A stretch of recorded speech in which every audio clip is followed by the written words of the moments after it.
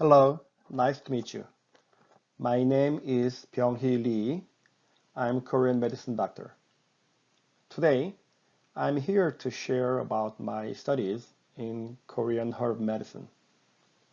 Before we get started, I'll introduce myself for a bit. The picture, yes, it's me.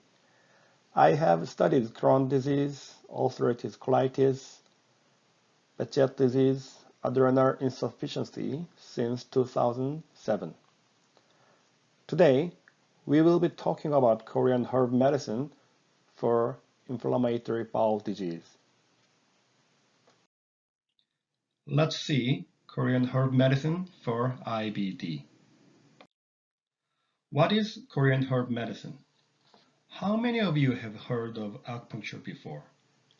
Acupuncture could be an unfamiliar subject for some people, but it has increasingly gained popularity among Western countries recently. Nowadays, acupuncture is popular all over the world, and there are many studies about acupuncture from many countries. However, herb medicine could be very unfamiliar, as it is still an untouched topic compared to acupuncture. Korean herb medicine is basically similar to traditional Chinese medicine and Kanpo medicine of Japan. We share the origin, but we are all unique in our own ways. In Korea, there are 3 branches of herb medicine based on the school of origins. There are Koho school, Gosei school, and 4 constitution medicine.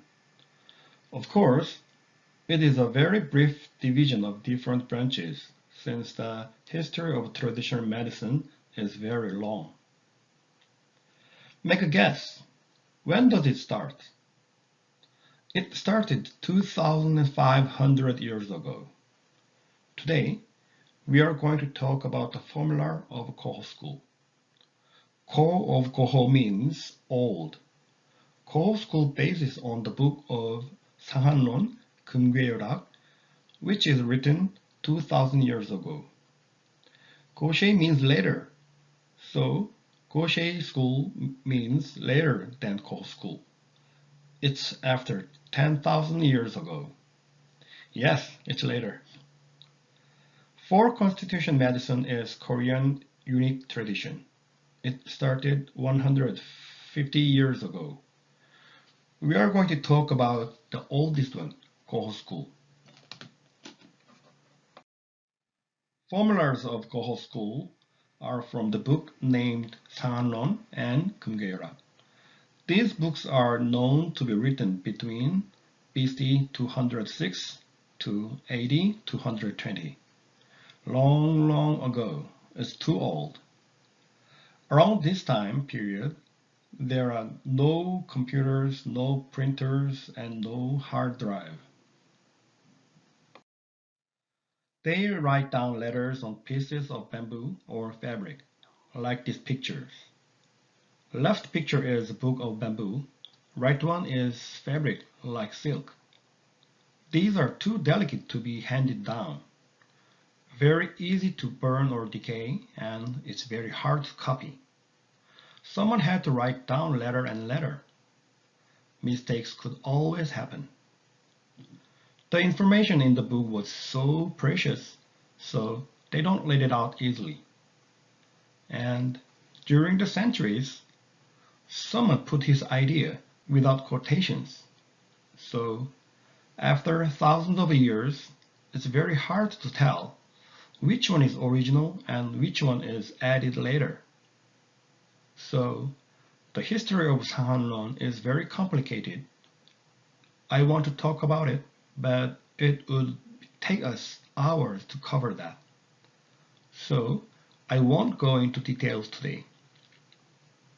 But remember, there are so many histories and stories that you can learn and uncover about traditional medicine. Anyway, why do I talk about these books? Because I'll talk about some formulas that's used to treat IBD. And all of those formulas are from these books. This also means that all the formulas that I will introduce to you were made almost 2,000 years ago. Is it interesting? Ancient wisdom is still being used to solve modern problems. Let's talk about formula. Formula is a kind of prescription in Western medicine. Herb formula is a system for making combinations of herbs that could cure illnesses. There are a lot of herbs that are beneficial to human body, and there are infinite combinations of herb formulas. Since there are many different kinds of herbs and many different ways to combine them. For example, if you have herb A, herb B, herb C, etc., combining herb A, herb B, herb G would make formula A, and herb C, herb D, herb G would make formula B, and so on. There are many possible combinations of formulas, and this has all started 2,000 years ago. Although science reveals many things about how our body functions, no one exactly knows what happens inside our body. Even in the ancient times, where they had no MRI, blood test, and biochemistry, how did they understand the human body? It's not easy to find out how to make these formulas. Maybe it's considered that the ancients made formulas through observation what happens in our body closely using their own way, even though they don't have access technologies that we have today. Let's consider the human body as a black box. There are inputs and outputs. If the input is high temperature, the output would result in our body feeling hot. If the input is eating food, the output would be feeling full. If you take some medicine, it would result in the release of pain. The ancients carefully observed the input and the output of our body. After they took some combination of a herb or a formula, maybe they observed the body carefully for the change of symptoms. After accumulating their experience, they have found out the specific formula for a specific symptom. Anyway, in Korean medicine, we call this pattern of output a symptom, and the combination of herbs a formula. The way to choose the right formula for a specific pattern of symptoms has continuously made progress for thousands of years and has become a very complex and sophisticated system. This system of formula is very effective for acute and chronic disease, especially for the ones that the cause of disease is still unknown, like IBD. The way to take formula is tongue. The first one is Korean and the second one is Chinese. Pronunciation of Chinese characters differs from country to country, so I wrote out the pronunciation for both. Tang means liquid medicine. Most similar comparison in the Western culture would be a potion. You take tang by extracting the ingredients from herbs by boiling with water. In Korea, tang is normally like this picture. After boiling herbs, we would package them into a small bag and patient would take it 2 or 3 times per day. The color and the taste of liquid herb medicine will depend largely on which herb that you use. The pack of boiled herb is a little bit hard to carry. You don't want it to pop inside your backpack. So nowadays, concentrate type like this picture is getting more popular. The other form of herb medicine is powder and tablet. Powder is not popular because it's not comfortable to eat. You should take it with water. Powder sticks between your mouth and teeth, so people don't like it. The picture is a tablet, and the tablet size varies. Okay, let's switch gear. The other way to IBD. These are my papers. This one is my doctoral thesis. This one is adjunctive herbal medicine therapy for inflammatory bowel disease, a systemic review and meta-analysis. In 2019, I reported a new case report. Title is Herbal Medicine Treatment for Induction and Maintenance of Remission in Ulcerative Colitis. In 2020, my another study was published. The title is Herbal Medicine for IBD, Development of Pattern Identification Algorithms. This one is not perfect, but I think this study is the first one that shows the pattern of IBD. In 2020, my second case report was published. Remission of Crohn's disease at onset and relapse using herbal medicine. In this year, 2021, another case study was published. Remission of ulcerative colitis with severe diarrhea by herbal medicine treatment. I haven't mentioned it here, but I continue to publish the study related to IBD. We will briefly review this case report later. Let's see IBD, Inflammatory Bowel Disease. Starting easy. I want to make sure that everyone knows about the basic ground of what we are going to talk about today. Just checking basic knowledge so that we all on the same page. What's IBD? IBD is one of autoimmune disease. Autoimmune disease is a disease in which your immune system attacks your body. In case of IBD, your malfunctioned immune system attacks your digestive system and make inflammations. IBD has two types, Crohn's disease and ulcerative colitis. Yes, it also includes gastrointestinal involvement of Behçet disease. Crohn's disease is a type of inflammatory bowel disease. It causes inflammation of your digestive tract, which can lead to abdominal pain, severe diarrhea, fatigue, weight loss, and malnutrition. Ulcerative colitis is an inflammatory bowel disease that causes inflammation and ulcers in your digestive tract. Ulcerative colitis affects the innermost lining of your large intestine and rectum.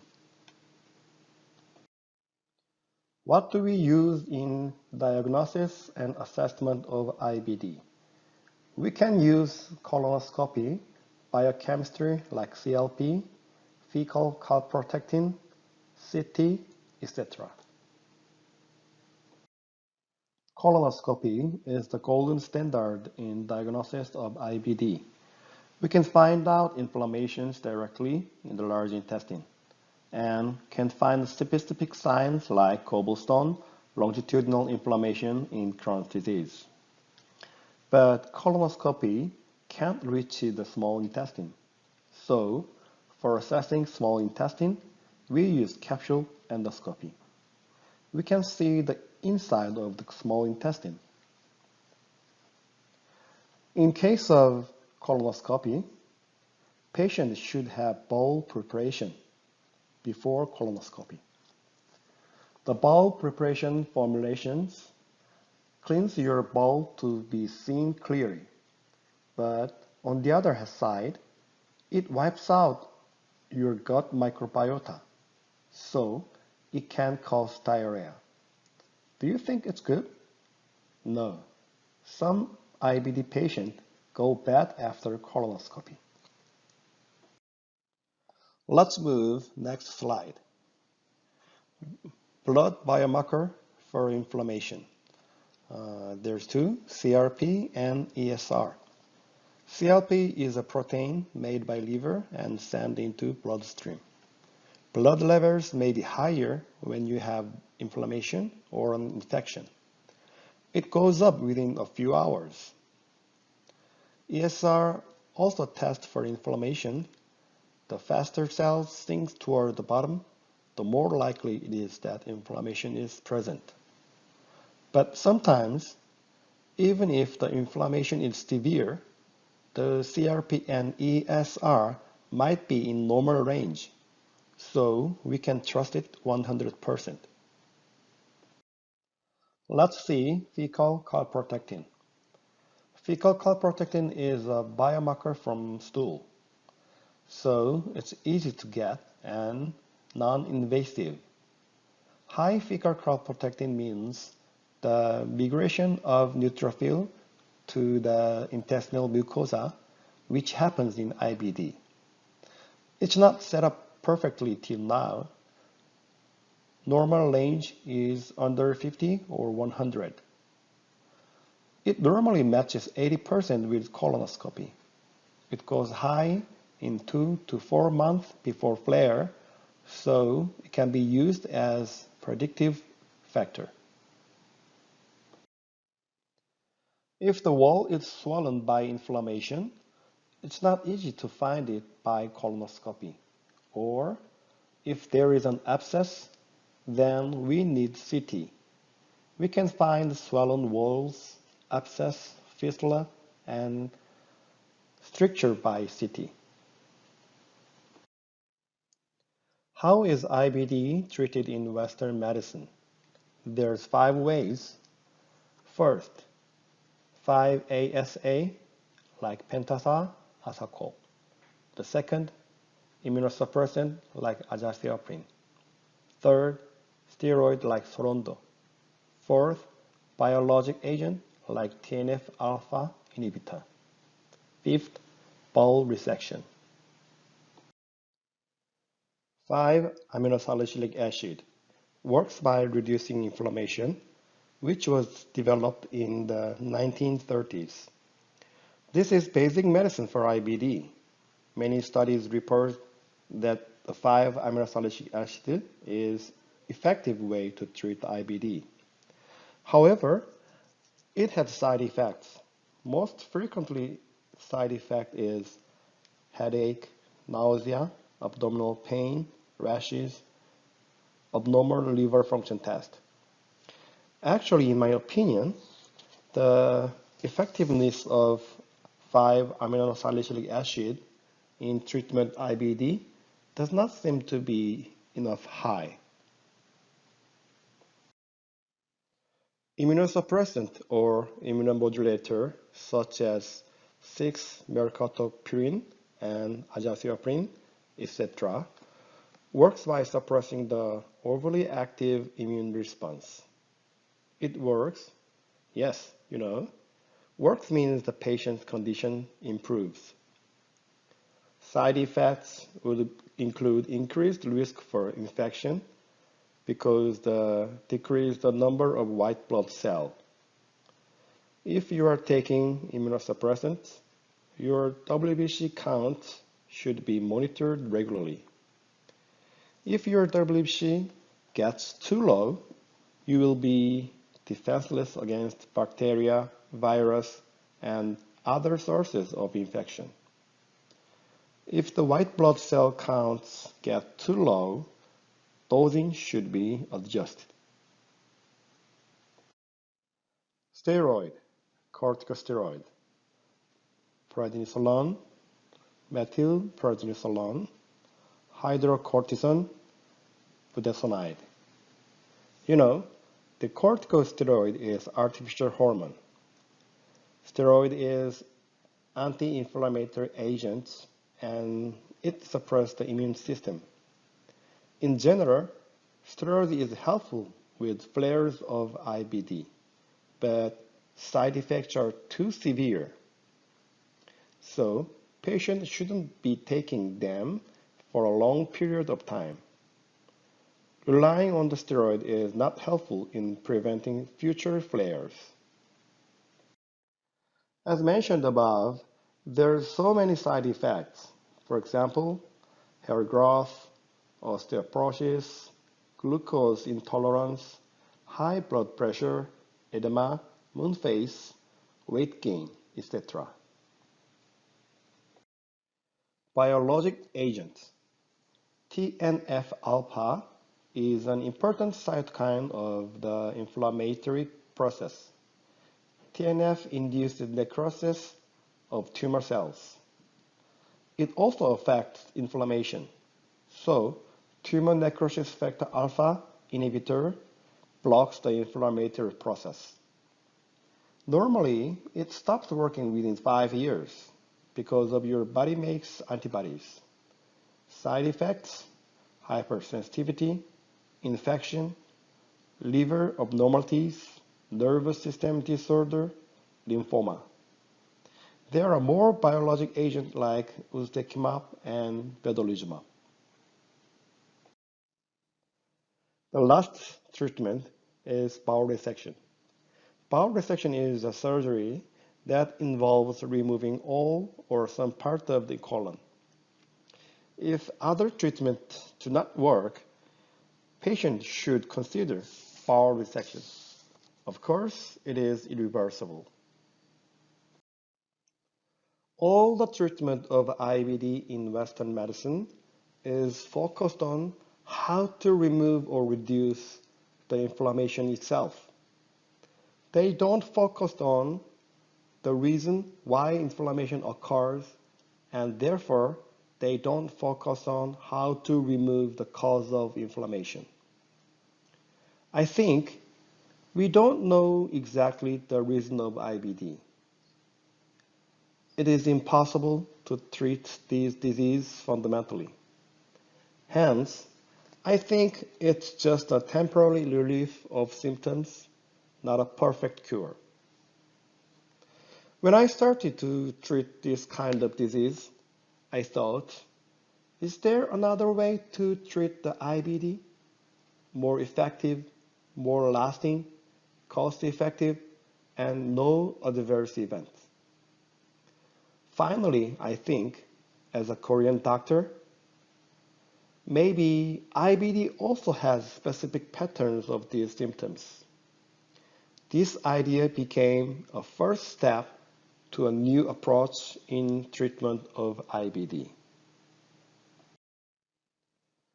After 10 years of study, I found that IBD symptoms are classified into some special patterns, and remission is induced when the proper formula is given according to the patterns.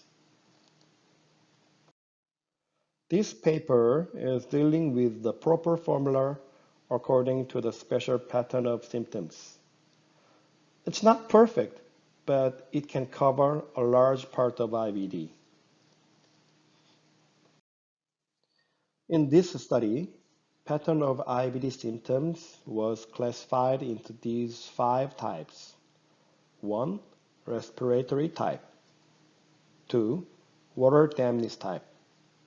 3. Upper gastrointestinal tract type. 4. Coldness type. 5. Large intestine type. Okay, introduction is ended. Next time, we will learn the detailed patterns and formulas. Thank you.